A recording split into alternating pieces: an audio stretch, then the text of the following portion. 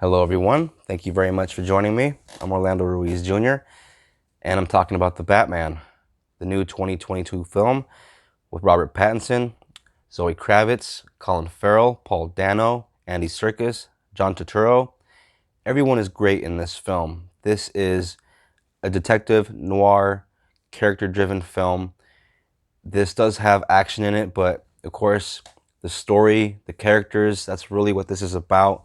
So anyone that wants to have that discussion about these movies aren't cinema, check this movie out. Seriously. Check this out and then shut the fuck up because cinema, you want it? It's right here. Matt Reeves gave it to us. This is exactly what he promised. Everything about this film is aces. The oh my god, the score, the music score in this movie is gonna be one of the next Batman iconic themes. Uh, I I love the Danny Elfman score. I love what Hans Zimmer did. I love what James Newton Howard. Uh, yeah, well, that was James Newton Howard and Hans Zimmer. Um, uh, Elliot Goldenthal. I enjoy his version of the Batman theme. Well, everyone had their own. And shit, I'll even throw in, the Batman '66 theme. Batman has always had great themes. Here we have another great theme. It's gonna be another classic. I can already see that happening. It's already happening. People are already talking about it and already, uh, you know, giving it a lot of praise. So it's not surprising. It really is one of the parts of the film that gives it its soul. Along with that, Gotham City is a major character in this movie. Just the way the shadows and the lighting sort of throughout the whole movie. The whole movie is dark, and I don't just mean in tone, but I mean dark. Like Batman could be anywhere. That's one of the beautiful things that this movie gets across, and perfectly too. Matt Reeves completely understands this character. Batman fans are gonna really dig that. If you're a David Fincher film sort of guy, if you enjoy David Fincher's work, movies like Seven, Zodiac, you can tell he was definitely taking a cue from that sort of style. This very much feels in that sort of vein. The Riddler in this movie is really a combination of the Zodiac Killer and Jigsaw. So, a really inspired way to tackle the character. And he's not in the movie all that much, but he's in the movie just the perfect amount. He's used perfectly, in my opinion, as well as the Penguin. Colin Farrell kills it as Penguin. He is a lot of fun to watch in this part. You could tell he's having fun too behind that makeup. And he's really doing, it really reminds me of De Niro's Al Capone character in The Untouchables a little bit. I don't know if he was doing that intentionally, but it really came off that way in some scenes. But yeah, he was great in that sort of gangster kind of Penguin that a lot of people sort of prefer. No, not a lot of people care for the sort of freakish Tim Burton Penguin. To me, I love Penguin. Period. I know a lot of people, prefer like Riddler and Joker and Two Face. Uh, Penguin isn't very threatening for a lot of Batman fans, but he's one of the old school rogues gallery of villains, and I love seeing him done well. And Colin Farrell will be considered one of the best Penguins, and I can't wait for his series on HBO Max. I'm sure that's going to be awesome. This movie could have very easily been nudged into an R rating. It really did have that kind of vibe all throughout the movie. There's like one F bomb, but it really isn't something that really is necessary. I mean, they're trying to sell, toys to kids, so you're not going to get anywhere with an R rating doing that. So I understand that, but still didn't really need it. It really gets its vibe across in just the dialogue, the situations, and they really don't hold back when it comes to delivering an intense experience. You can tell that they weren't trying to cater at all to a younger audience when you watch this film because it is not a action-packed movie from beginning to end. There's a lot of story in here. For people that enjoy a story, there not only is there a lot of story, but there's a really good detective story, and Batman really shows why he's the world's greatest detective. The dynamic between James Gordon and Batman in this movie is perfect. I even enjoy it more than I've seen it in the past. And I love what Burton did. I love what Nolan did. Everyone, Zack Snyder. I love everyone's Batman movies. Even Schumacher, Batman Forever, mostly. But this movie got so much right in terms of what Batman should really feel like, especially around criminals. The criminals in this movie, yeah, they didn't want none of Batman, and rightfully so. This Batman doesn't fuck around. He hurts people, doesn't kill anybody, but comes awful close a couple times. And you really get a sense of his moral creed in this movie, which is which is something that a lot of fans really yearn for. The purists really want their Batman to be that Batman that we all know, I think, from not just the comics, but the one that we all fell in love with watching the animated series. The Batman that doesn't kill, the Batman that works with Gordon, that works with the cops. And we get a lot of those ingredients in this movie. It's something that I think a lot of Batman fans have wanted for years. And Matt Reeves, thank you. Man, this movie is so good. He gives us action that is meaningful to the story. The action in this movie helps to develop the plot, and the ending of the movie, some people are going to say this could have, this didn't have to drag on as much as it did. And, you know, I can see a lot of people saying this didn't have to be 3 hours. This could have been cut down to 2:45, maybe even 2:30. But when I think about everything that I watched in this movie, I understand why it's all in there. Everything that's in there is as a result of the scene before it. This is really high caliber filmmaking, and the story unfolds very naturally, very organically, and comes to real sort of natural conclusions by the time the movie gets to the finish. There might be some things that some people may not need, but for me, give me more. I'm a Batman fan. I came for all of it. So if you want to, you know, throw in some little Easter eggs here and there, and I'm not going to say anything because you got to experience that on your own, but this movie does have a couple of surprises in store if you're a fan of that sort of thing. But yeah, the music score, so good. Love the look of Gotham.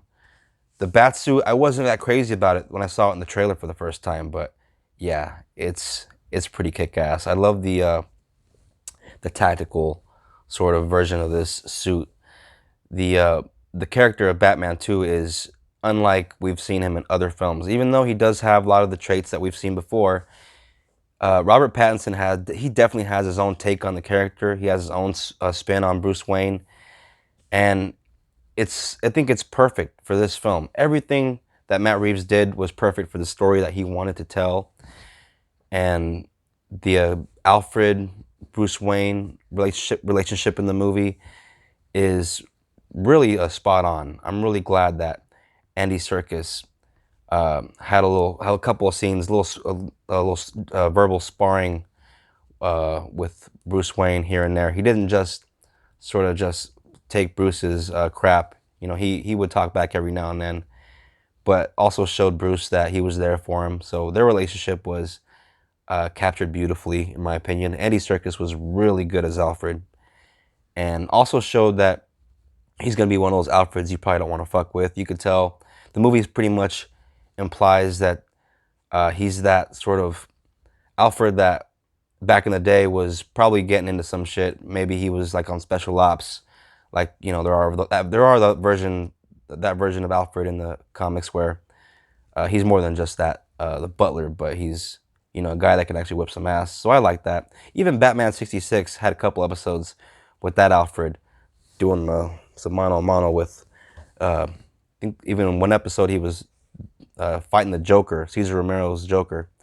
So I don't mind my Alfred being you know, one that can join the fight, even though he doesn't in this movie. Maybe another movie, maybe he'll fight alongside Batman. That'd be cool.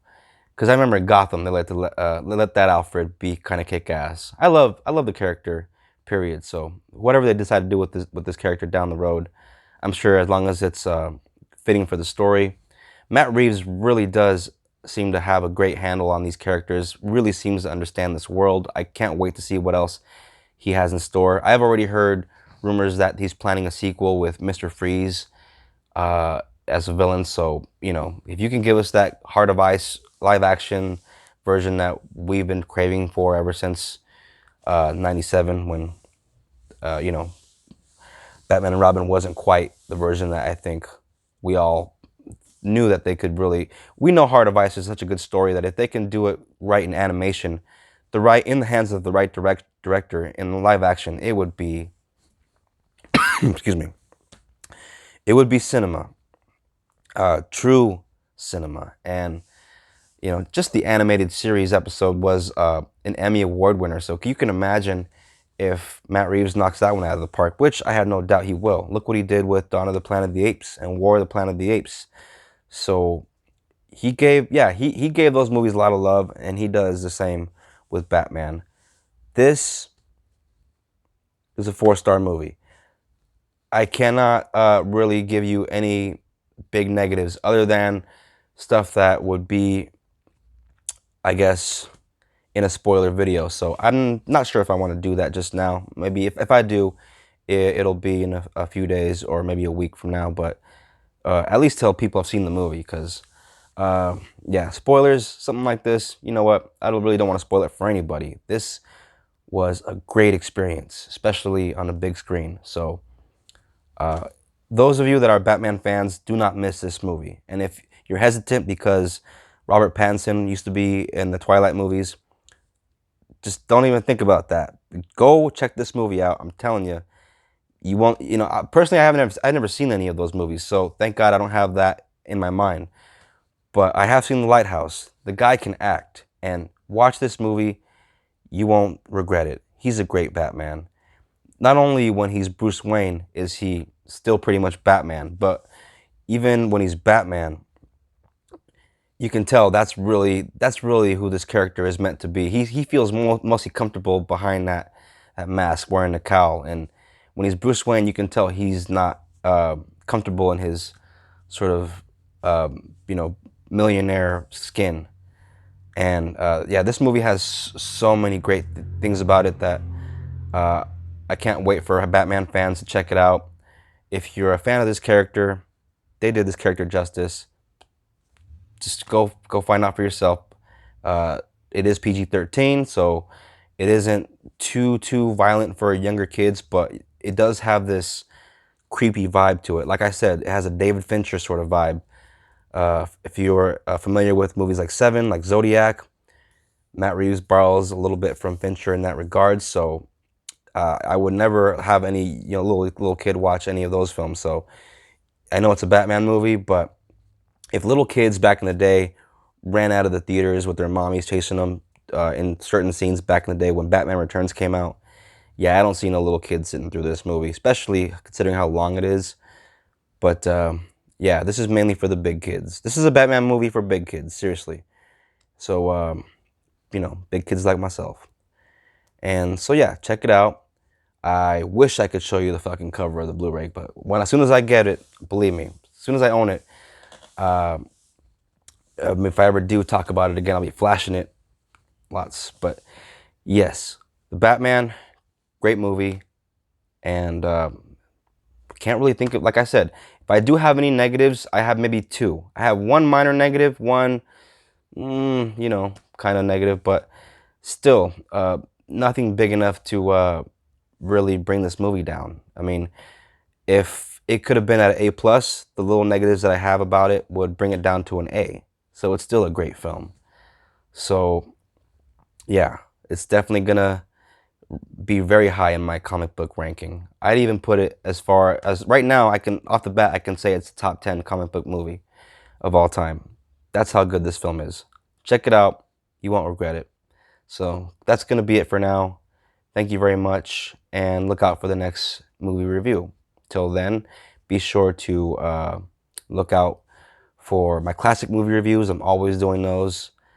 So yeah, if you're into that kind of thing, classic movies, like, subscribe, comment, share. It all helps out because I'm just getting started.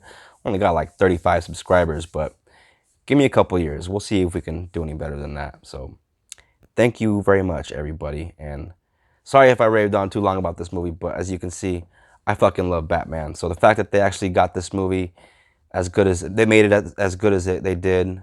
I'm sorry, as well as it did.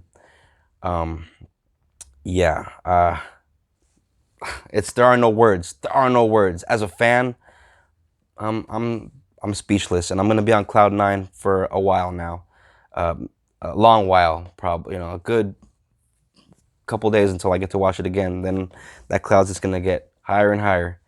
I plan to see this multiple times in the theater. I really do. But yeah, enough about that. You guys go ahead and have a good evening or day, and take care of yourselves. Always a pleasure. See you.